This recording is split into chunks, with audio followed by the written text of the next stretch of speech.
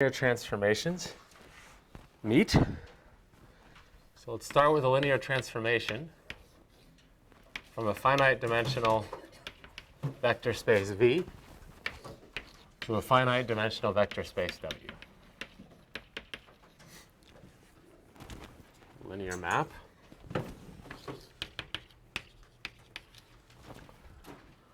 And since we need to worry about bases, we have to pick a basis for both spaces, both for V and for W.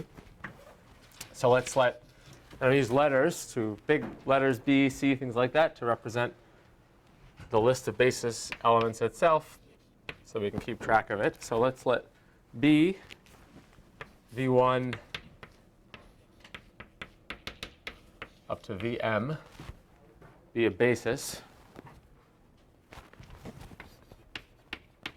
of V. And now in the middle here, I put a Vj. So I'm going to try to, for each vector space, we're going to pick a basis. We'll have maybe a letter associated to it. It'll have a lowercase letter that we use to index its elements. We need to keep track of that as we start to compose maps. And it'll have another letter, m, which is the dimension of the vector space. So there's sort of three things to keep track of for each of these vector spaces. Now let's pick another basis, C. W1, we'll index this by Wi, Wn of the n-dimensional vector space W. So we've already argued that a linear map like F is determined by where it sends its basis. So if I have a basis of its domain, once I know where it sends each basis element in the domain, I know what F is. And that's, of course, because any vector V in V has an expression in terms of its basis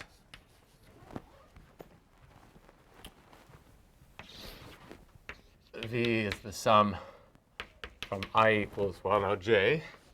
We're indexing this one. J equals 1 up to m. B sub j, V sub j. And when I hit V with F, because F is linear, I can push F through the addition, and I can push it through the scalar multiplication. So the destination of an arbitrary element V of the vector space V is fixed by is totally determined by where F sends each of the basis elements, V1 up to Vm. Of course, we could have also said that if V was a span of some other list, I don't know, U1 up to UK, that F was also, of course, determined by where it sends each element of the spanning list. Right?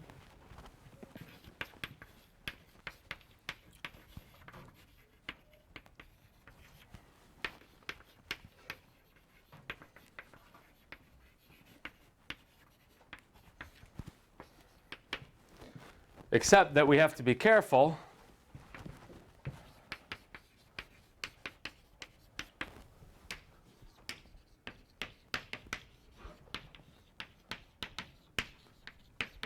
we have to be consistent, right? So now every element V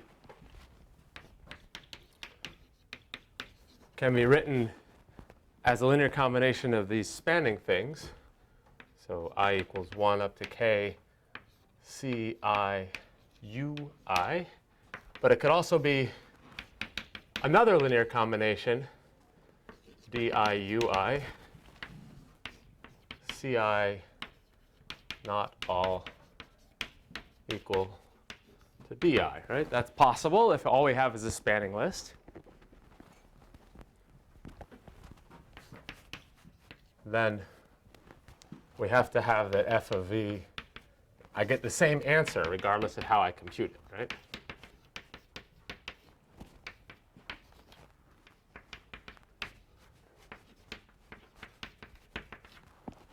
That is wherever I choose to send my F of Ui's, it better be consistent, so that if I have two representations of a vector, where it gets sent, these two things are equal. It doesn't matter which representation I've chosen. It's well defined. Okay, so on the other hand,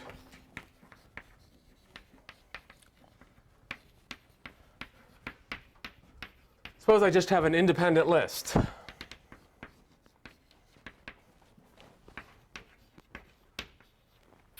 And they're independent in V. If I just have an independent list, by definition of linearly independent, it still has this uniqueness property. Anything I can write, I can't write everything as a linear combination of a linearly independent list, elements, but anything I can write has a unique way of being written that way. Otherwise, I'd have a non-trivial expression for 0.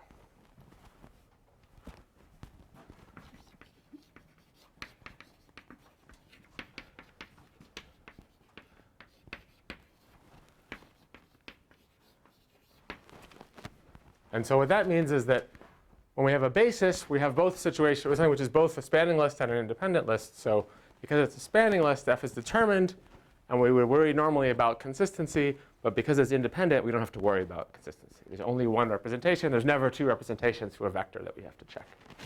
Only one representation is possible. So it's automatically consistent. And so that means the independence means I can freely choose where each element in an independent list, but in particular in a basis, element of the basis gets sent by f. There's no restriction.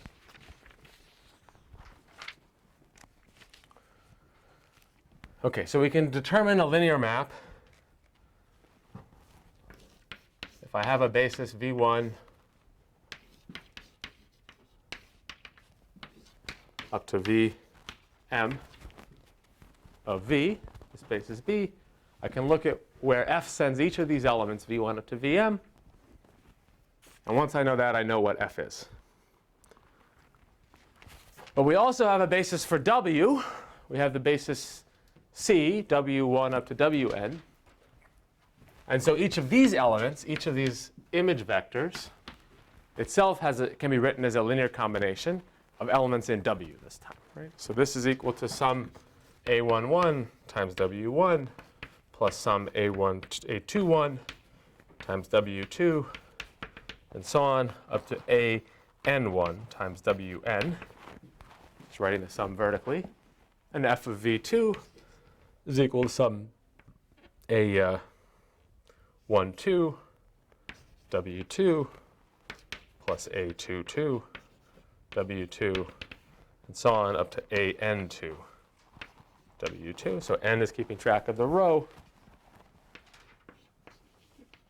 in this matrix, and the other entry is keeping track of the column.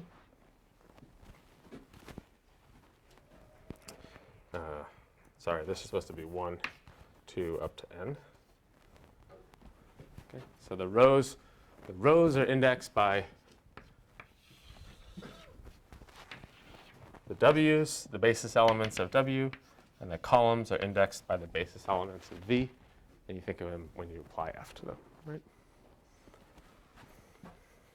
So somewhere in the middle here, I have an aij, which is being multiplied by wj. In the last column, a1m, w1, a2m, W2, so on up to ANM, WN. Okay, so this tells me that I have an n by m matrix, n by m matrix, and this n by m matrix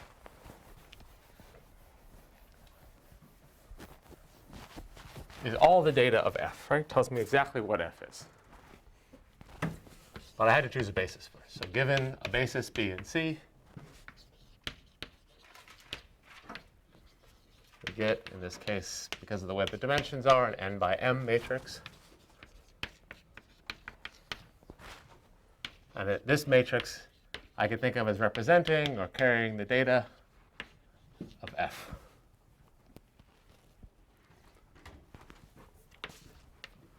So what I just described is a function, right? So the function, I'm thinking of these entries as being aij's. And let's denote this function, which depends on my choice of basis for the domain and for the codomains. I can apply this function to a linear transformation. And this is a matrix, right? So this thing is a matrix over the field, which is n by m.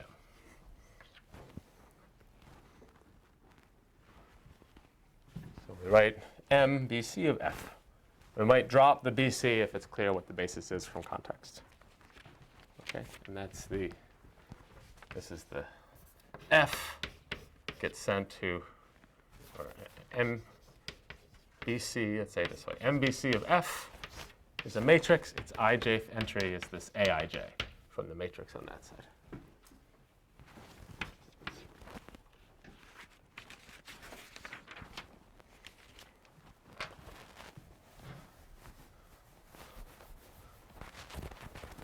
So we're not saying a lot today. We're saying it in sort of different ways to try to get a couple of perspectives on what's going on.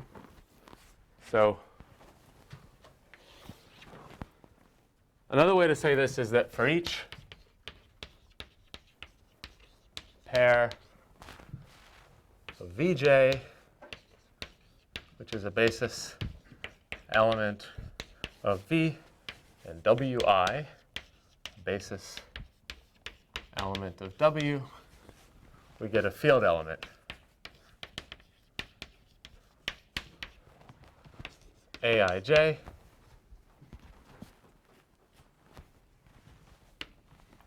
and this element is the coefficient of blank in the expression, a linear combination for blank.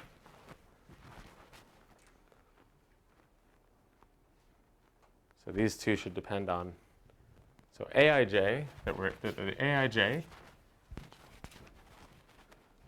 is the coefficient up here somewhere in this matrix. It's the coefficient of what vector?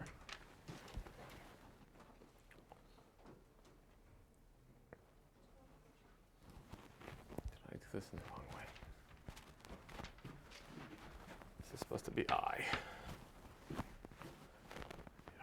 okay. Well, that's a hint. So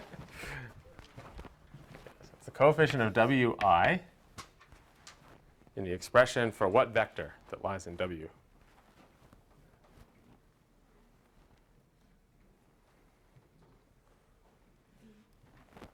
Well, V doesn't lie in W. F of V, F of which V?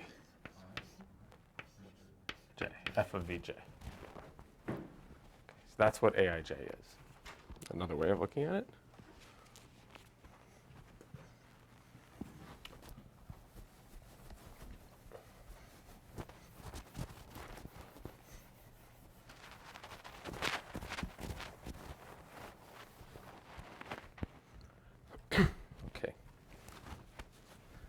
So suppose I have now an n by m matrix, and I wanted to make that into the space of all n by m matrices into a vector space. Right? I could certainly just think about this as being, well, it's just the n times the m elements of the field, right? And so there's one typical way we make this into a vector space. So we add things by doing entry-wise addition. Right? Just like if I had a big long vector and I wanted to add it to another one, I would just add the elements. Okay? It's just a tuple of length nm. It happens to be shaped as a matrix, but I can also just forget that. Right? I can add entry-wise, and I can scalar multiply entry-wise. Right. I can say that the scalar multiple of some field element A in F, I want to apply that to the matrix I just get the new matrix, which is just this element A times every entry of the matrix. And so for the same reason, if this is a vector space, this thing is a vector space. Right? So now let's think about how these interact. So suppose I take M. I have two maps, FG, which are just, all I know is that they're linear transformations from V to W. And I have a basis B for V, and I have a basis C for W. And apply M to F plus G.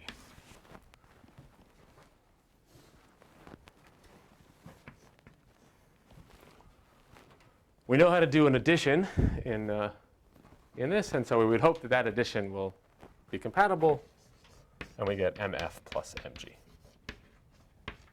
And you can check by this definition of MBC, so this is MBC, depends on the basis, right? By the definition we made here of MBC, which is that the element Aij is the coefficient of Wi in the expression for f of j.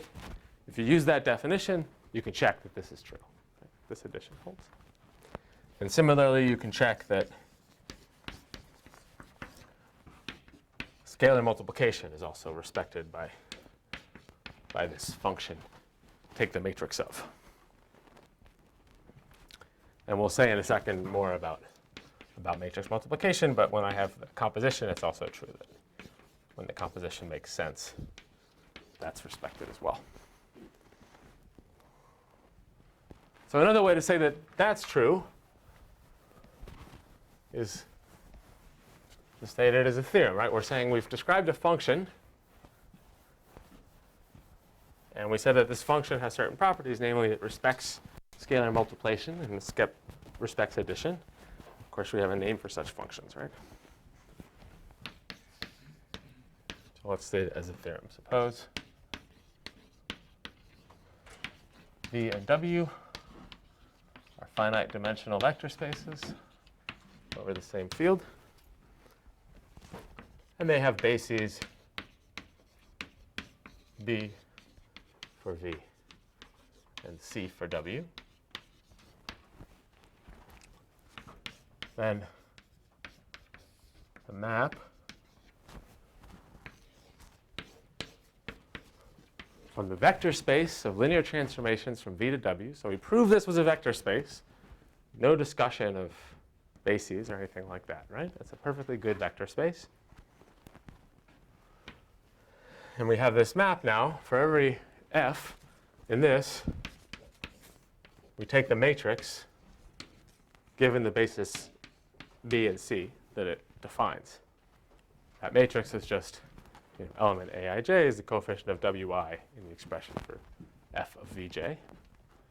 And this goes to this other thing, matrices over f, which are n by m. And we argued already that this thing is a vector space that looks just like, before we think about composition, it looks exactly like this vector space, just with the letters, with the numbers rearranged in a matrix instead of in a column or a tuple. Okay, so this map is linear, it's a linear transformation, and it's a bijection. We'll see that is its injective and surjective.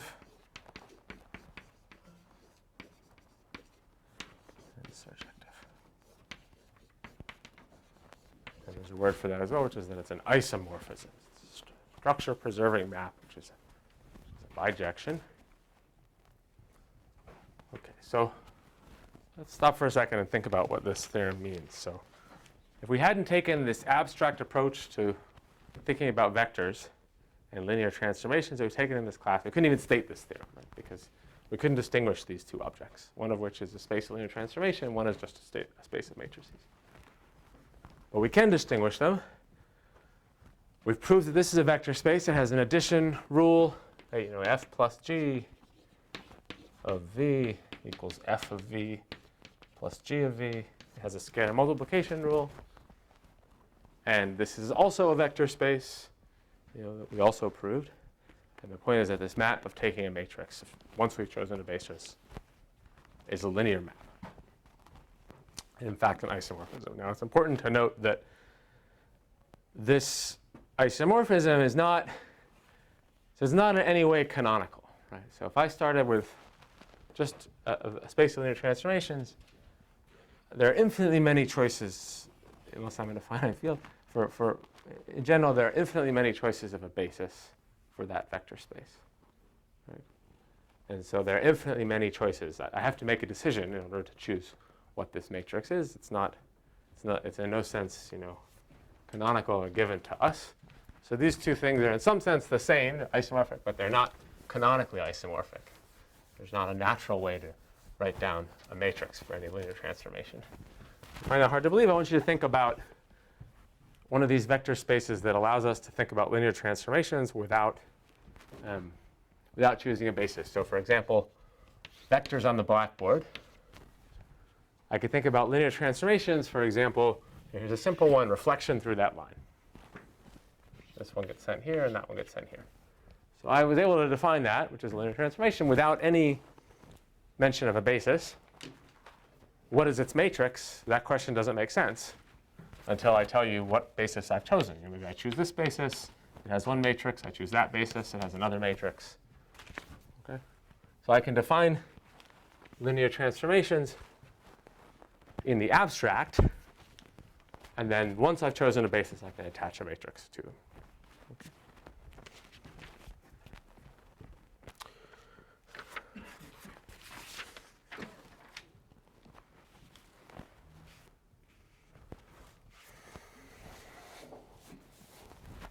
So to sort of zoom in a little bit on what's going on or why that's happening, you could think about, for example, the addition thing, right? So suppose I have f plus g, and I apply it to a basis element for v, v1, say. By the definition of addition in the space of linear transformations, that's equal to f of v1 plus g of v1. But this just corresponds to the first column of a matrix, and this corresponds to the first column of that matrix. And if I expand it further, f of v1 is the sum of the a I1 wi, and g of v1 is the sum of the say b I1 wi, and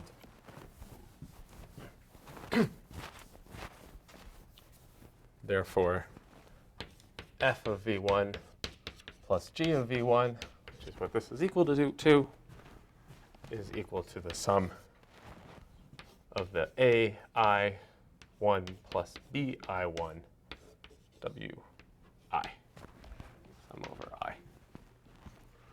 And something similar happens for scalar multiplication.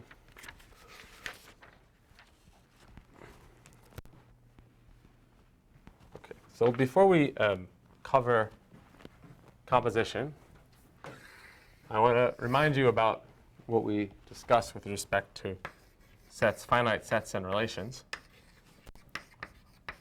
We've said that the composition rule for matrices will end up being the same as the composition rule for relations, just that instead of this Boolean semi-ring, we take a complex numbers or real numbers or some field. Okay, so let u, v, and w be finite sets.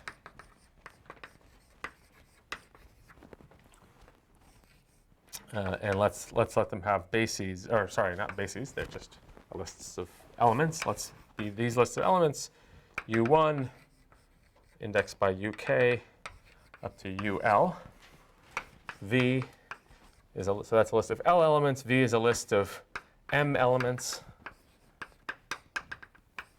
It'll be consistent with my choice of lower indices. W, W1, Wi, up to Wn. Then a relation is just a subset of a Cartesian product.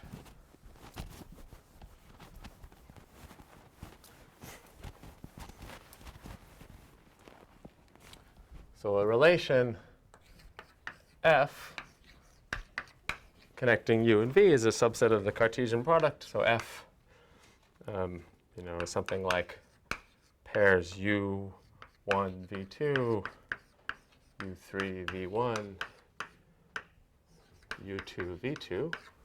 And these being in or out, 1 or 0, are going to be replaced by, in the matrix case, these pairs of indices being field elements. And if I have another element, if I have another relation G, which is a subset of V cross W, our rule for composition was that G composition F is equal to the set of all pairs UK. So that's going to be a subset of U cross W, UK WI, such that there exists some Vj in V with UK Vj in F and Vj, so they agree in the middle, Wi in G.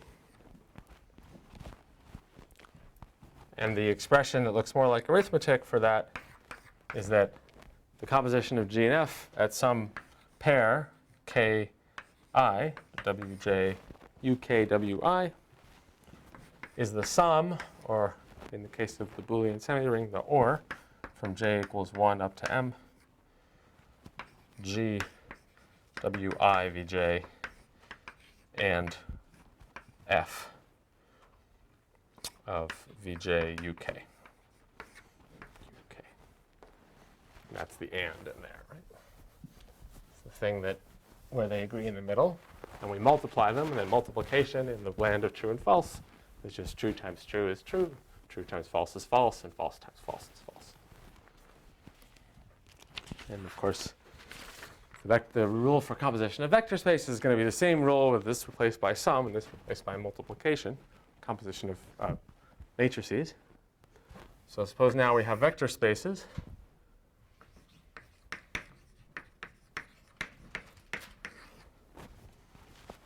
And take 3 vector spaces because we want to talk about composition. U, which has dimension L, and it has a basis U1 indexed by K to UL. I have a vector space V of dimension M, and this one's going to be V sub j, where j goes 1 up to m. And I have another vector space W of dimension n, and that has basis elements W sub I, where I goes from 1 up to n. And we have 2 linear maps.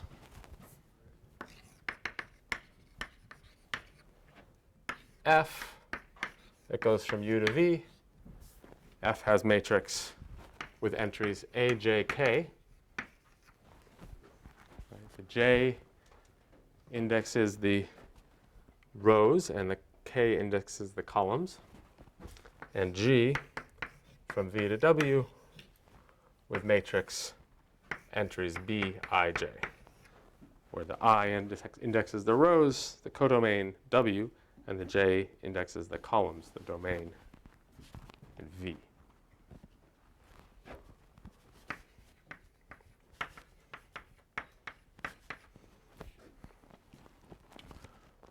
So we want to compute now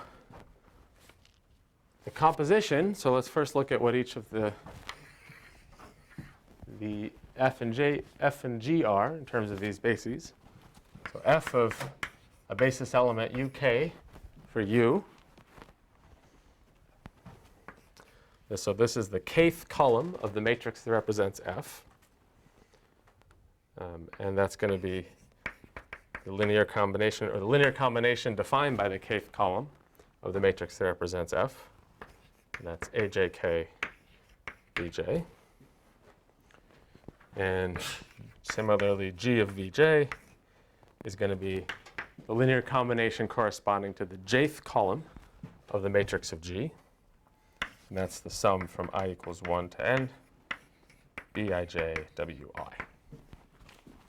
Now we want to combine that information to get the matrix multiplication rule, which you probably already know, but we're sort of figuring out why it must be that.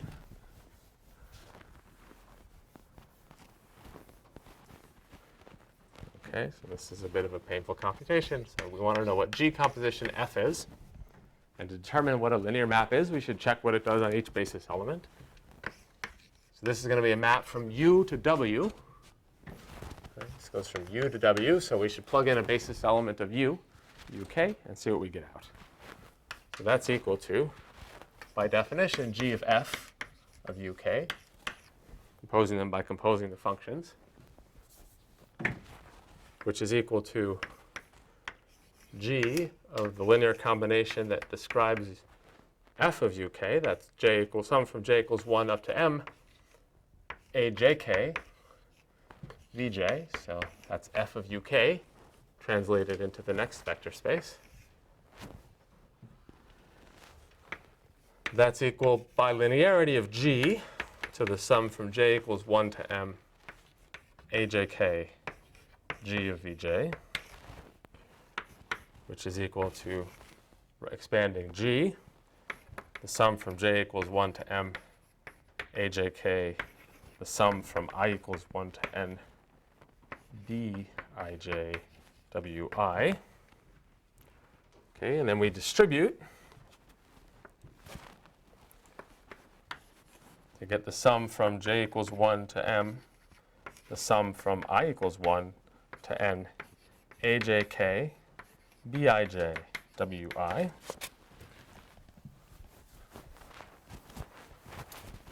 So when you're doing this kind of calculation, it makes you appreciate how people could have begun with matrices and been like, this is a pain. Let's figure out how to do this without matrices, right? So that's kind of why we come up with all this other invariant stuff. It's abstract in some sense, is to avoid having to do so much calculation, right? So that's equal to the sum from I equals 1 to N, sum from J equals 1 to M, Bij, AJK, Wi. And you can see here, this is the index on the inside is getting matched up, just like it did in the sets and relations case. So to summarize, the matrix of G composition F is the n by L, so that's the codomain by the domain dimension matrix with its I comma kth entry. This is the number row, and this is column. That the entry in the I kth thing, so this is the rule which is the same as the composition of relations rule, except with field elements instead of the Boolean semi-ring, AJK, Bij times AJK. Okay.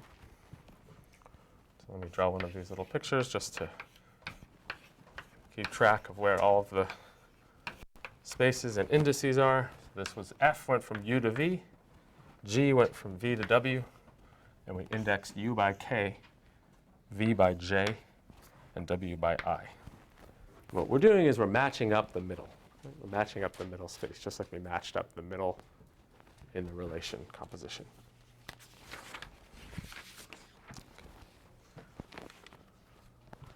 So now we're going to do some examples and some special cases just to work out especially what happens at the boundary, sort of. We have a very simple linear transformation. Okay, so suppose first of all I have one-dimensional vector spaces. I have one-dimensional vector spaces. U is equal to the span of one vector U. Span of U, that's its basis. V is the span of some vector V. And so I could think about my linear transformations as being represented by a one-by-one matrix where, so this goes from U to V, where the column is labeled by the single element little u, and the row is labeled by the single element little v, and inside we have some field element, right? So choose a linear transformation between one-dimensional vector spaces is just to scalar multiply. So now suppose we have, say, U two-dimensional vector space, V one-dimensional, and we have an f that goes from u to v. So f, the input is going to be two-dimensional. So up here we could label it with the basis for u, and we could label the output with the basis for v. Okay, so that's going to be a matrix like that. And if we have two matrices together, suppose we have u one-dimensional, v two-dimensional, and w three-dimensional. We have u, v, and w. And we have two linear transformations, f and g. The number of entries in their matrix is going to have to line up. So the one that goes from u to v, f, is going to have one input and two outputs, some a, b. And one that goes from v to w is going to have two inputs and three outputs. So it's a, b, maybe c, d, e, f, g, h. So that's f, that's g.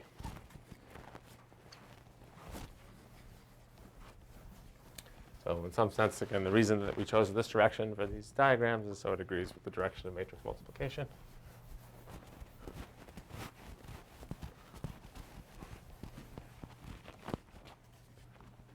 And so G composition F,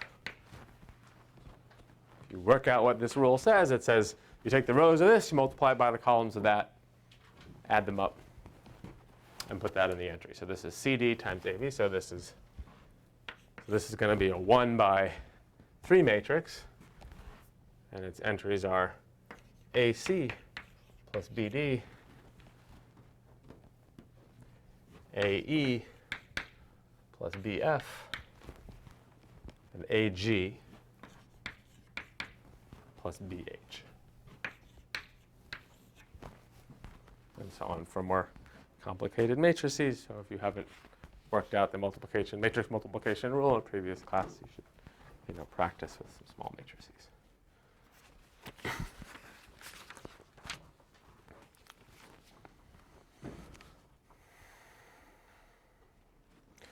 Okay, so this vector is kind of funny, right? So this is a vector, or this is a linear transformation from a two-dimensional space to a one-dimensional space. And we ended up getting a row vector. Now, if you've seen in vector calculus or in something else, you might have gotten used to the convention that a vector is a column vector. And let's talk about where that comes from. So you think about, I have a vector space V, and I have some element little v and v. We can also think about that as a map, as itself a map, a linear transformation that goes from the field to the vector space V. And that's just a linear transformation that takes any field element and maps it to that field element times the vector I gave you. Every vector defines a transformation, which is just scaling that vector, and that is a linear transformation. And so in some sense, V, the vector space V, is the same thing as the space of linear transformations that goes from the field to V. Okay? Those two things are the same. And since this is a linear map, if I fix a basis for this linear map,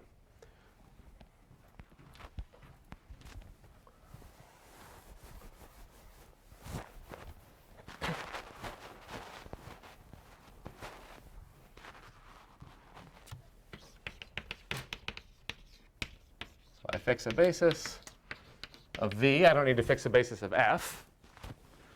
So I fix a basis of V. Then this V, this linear map V, which is a linear map from the field to the vector space, it has a matrix. It's like any other linear map. And that matrix, well, if V is A1 V1 plus A2 V2 up to AN Vn, That's the linear combination in terms of the basis. Vi, the basis. Then the matrix, well, it has to have one input, which is the field, and the output has to be the basis, be labeled by the basis of the vector space. So it has a column vector as its A1, A2, up to AN. That's its matrix. Okay, so the point of that is that we didn't need to pick any convention for vectors, row vectors, and column vectors, or what the vectors in the vector space are. Once I told you the matrix, once I told you how to construct a matrix for a linear transformation, you also know how to construct the vector for any particular vector in one of the vector spaces. How to construct the list, the matrix representation of a vector. It's a little hard to say. Okay. So we have that without any new rules. And we have that things like the matrix of FV is equal to the matrix of F times the matrix of V, where the matrix of V is just one of these things which is a column vector.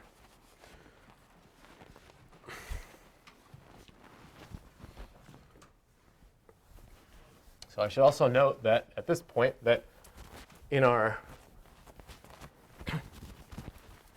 so we've had this notation for a while, these pictures I've been using to keep track of things. If I have a vector linear transformation from V to W, I might draw that picture. So how about if V is just the field? So we're in this situation. In that case, there's a special notation for the vector space, which is the field, and that notation is just to draw nothing. So I would draw, if I want to think about V as being a linear transformation from the field to its vector space, some vector space V, I would just draw that. Or if I want to emphasize it even more, I might make this a triangle. That's the notation. So the field is just written by that. So this means a linear transformation from the field to the vector space V.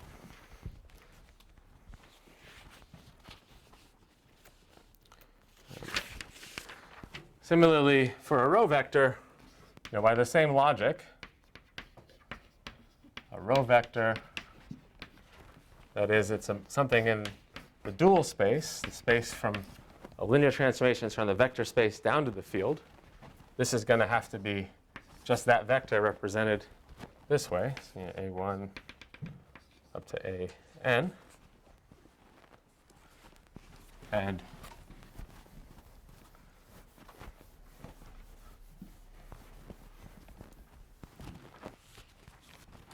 this thing is also called V star. And this is going to have the opposite notation. That is, it eats an element of the vector space, and it spits out an element of the field. So if this is A, I would draw it like that. It goes from the vector space down to the field. And so if I compose two such things, I have a row vector or a linear transformation from the vector space to the field, and I have a linear transformation from the field to the vector space, and I compose them, I get something which goes from the field to the field. I get a scalar. Right? It's a very fancy way of saying, if I take a row vector times a column vector, and what I get is a scalar. One reason that such things are important is that if you want to think about sort of tensors or things that have more than two dimensions, you sort of run out of space on the board, right? You have to think about column vectors, or what it means to be in a dual vector, what it means to be a regular vector as being separate from rows and columns, because you might have to think about a matrix that's n by n by n by n, or something like that. Say physics. Okay. So this type of thing, right, which is a linear transformation A from V to F applied to a vector to obtain a scalar, in this case is kind of a dot product or an inner product, but it's sometimes confused with it. It's not the same thing as an inner product. That is, if I have this type of linear transformation and I have this type of linear transformation, I can always compose them, even if I don't have a basis to obtain something. But if I just give you two vectors, u and v, in a vector space, and I haven't told you what the basis is. There's no one rule for combining them this way. Okay, so we'll see in chapter 6 that there is a rule to combine these two types of things. You can create one by creating an inner product. But so far we don't have any inner product. We really need that the v is in this space, the a is in that space in order to compose them. Okay. And that's all I have for today. So we have a quiz on Wednesday.